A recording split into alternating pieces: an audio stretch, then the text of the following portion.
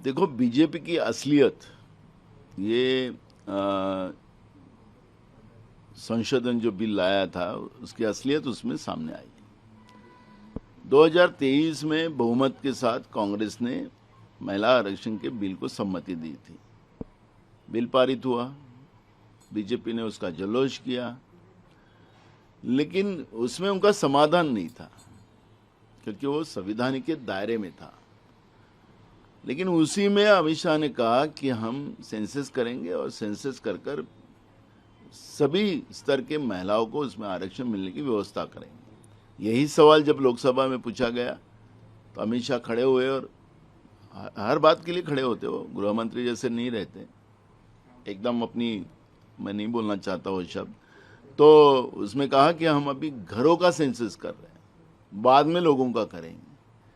मैं अमित शाह जी आपको बताना चाहता हूँ कि महानगर पालिका हो, नगर पालिका हो या ग्राम पंचायत हो, इनके पास तो रहता ही है पूरा आंकड़ा, गांव में कितने घर है, शहर में कितने घर है, महानगर पालिका में कितने घर है, उनके पास आंकड़ा मंगा लो ना। उसके लिए सेंसस करने की क्या जरूरत है?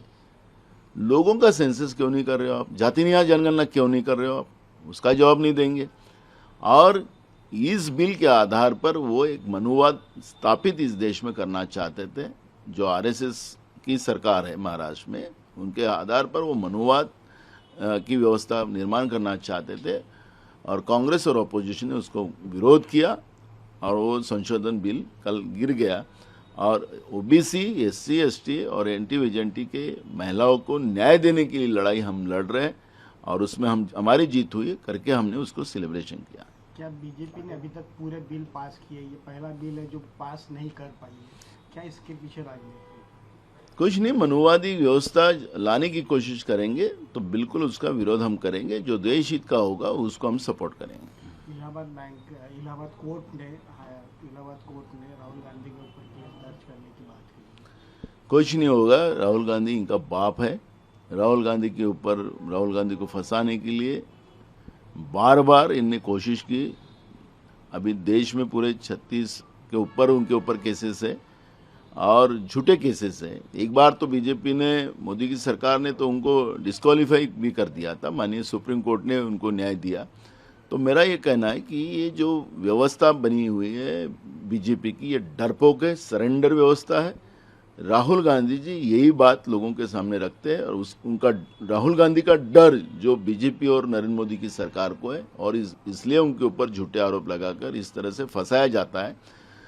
इसमें भी राहुल गांधी जी एकदम क्लियर बाहर निकलेंगे, ये मैं आपको बताना चाहूँगा। अशोक खरात के जो करीबी थे, कल एक्सीडेंट में उनकी मौत हो गई। मैं हमेशा कहा कि अशोक खरात ये सरकार का प्यादा है, वो प्यादे का यूज़ किया जा रहा है, लेकिन जो उनका ट्रेजर था सेल के नाम का, वो उसको कल जो अपघात दिखाया गया वो घातपात है, उसको मारा गया है, उसके पुरावे ख़त्म करने का काम किया जा रहा है। और जब सरकार का ही प्यादा खुद अशोक खरात है तो फिर उसको कुछ नहीं होना चाहिए, यही किया जा रहा है महाराष्ट्र में। और हिंदू धर्म को भ्रष्ट करने की व्यवस्था महाराष्ट्र की बीजेपी की सरकार कर रही है अशोक खरात के माध्यम से। अशोक खरात को भी जांच बिल्कुल है, हमने विधानसभा में यही बात रखी थी। जैसे एप्स्टीन का काम हुआ, एप्स्टीन को जेल में मारा गया, वैसे खरात को भी खतरा है। ये हमारी भूमिका आज भी और कल भी रहेगी।